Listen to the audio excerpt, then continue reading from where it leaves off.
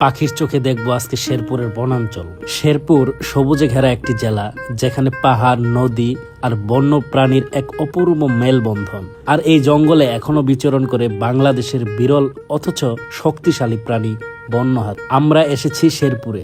আধুনিক প্রযুক্তির সাহায্যে ড্রোন ক্যামেরা দিয়ে খুঁজে বের করব এই রহস্যময় হাতিগুলোর অবস্থান। জঙ্গলের ভিতর প্রবেশ অনেক সময় বিপজ্জনক, তাই ড্রোনই হবে আমাদের চোখ। উঁচু থেকে দেখব এবং নিরাপদ অনুসন্ধান করব। ঘন্টার পর ঘন্টা উড়ার পর অবশেষে দেখা মিলল তাদের ঘন জঙ্গলের মাঝে বিশাল এক হাতির দল। এই প্রাণীগুলো শুধু প্রকৃতির অংশ নয়, বরং আমাদের ঐতিহ্য, আমাদের জীব বৈচিত্র্যের গর্ব। কিন্তু দিন দিন সংকুচিত হয়ে যাচ্ছে তাদের বাসস্থান। আমাদের এই ছোট্ট অভিযান শুধু একদল হাতিকে খুঁজে বের করে না, বরং এক নতুন দৃষ্টিভঙ্গি, প্রকৃতি সংরক্ষণে প্রযুক্তির ব্যবহার। তাছাড়া বাংলাদেশের সীমান্তবর্তী জেলা শেরপুর পাহাড়, জঙ্গল আর উর্বর কৃষি জমিতে ঘেরা। এই অঞ্চল এখন নীরব যুদ্ধক্ষেত্র। এখানে মানুষ আর বন্য হাতি দুপক্ষই নিজেদের অস্তিত্ব রক্ষা করার জন্য লড়াই করছে। কিন্তু এখন প্রশ্ন হচ্ছে, এই লড়াইয়ের শেষ কোথায়? এক সময় এই অঞ্চলে বিস্তীর্ণ ঘন বন ছিল হাতিদের অবাধ বিচরণ। কিন্তু মানুষের চাহিদা বেড়েছে, বন কেটে তৈরি হয়েছে বসতি, চাষাবাদ। আর এই বন হারিয়ে হাতির দল বাধ্য হচ্ছে লোকালয়ে ঢুকে পড়তে।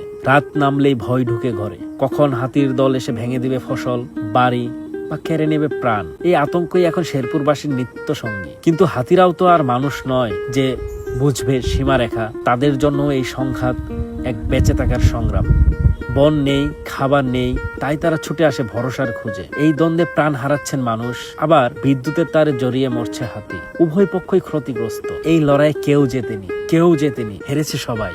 এই দ্বন্দ্ব থেকে মুক্তির একমাত্র পথ সহ অবস্থান, প্রযুক্তির মাধ্যমে পূর্বাভাস, চলাচলের করিডোর তৈরি এবং স্থানীয় সচেতনতা বৃদ্ধি। কেবল এই তিনই পারে শান্তির পথ দেখাতে। মানুষ ও হাতি দুজনেই স্রষ্টার সৃষ্টি। প্রকৃতির জন্য এক অপরিহার্য। সহানুভূতি ও পরিকল্পনা আর সচেতনতাই পারে এই সম্পর্ক গড়ে তুলতে। এই লড়াই যেন আর কারো মৃত্যুর গল্প না হয়। আমাদের এই ভিডিওটি যদি আপনাদের ভালো লেগে থাকে, তাহলে অবশ্যই শেয়ার করে ছড়িয়ে দিন।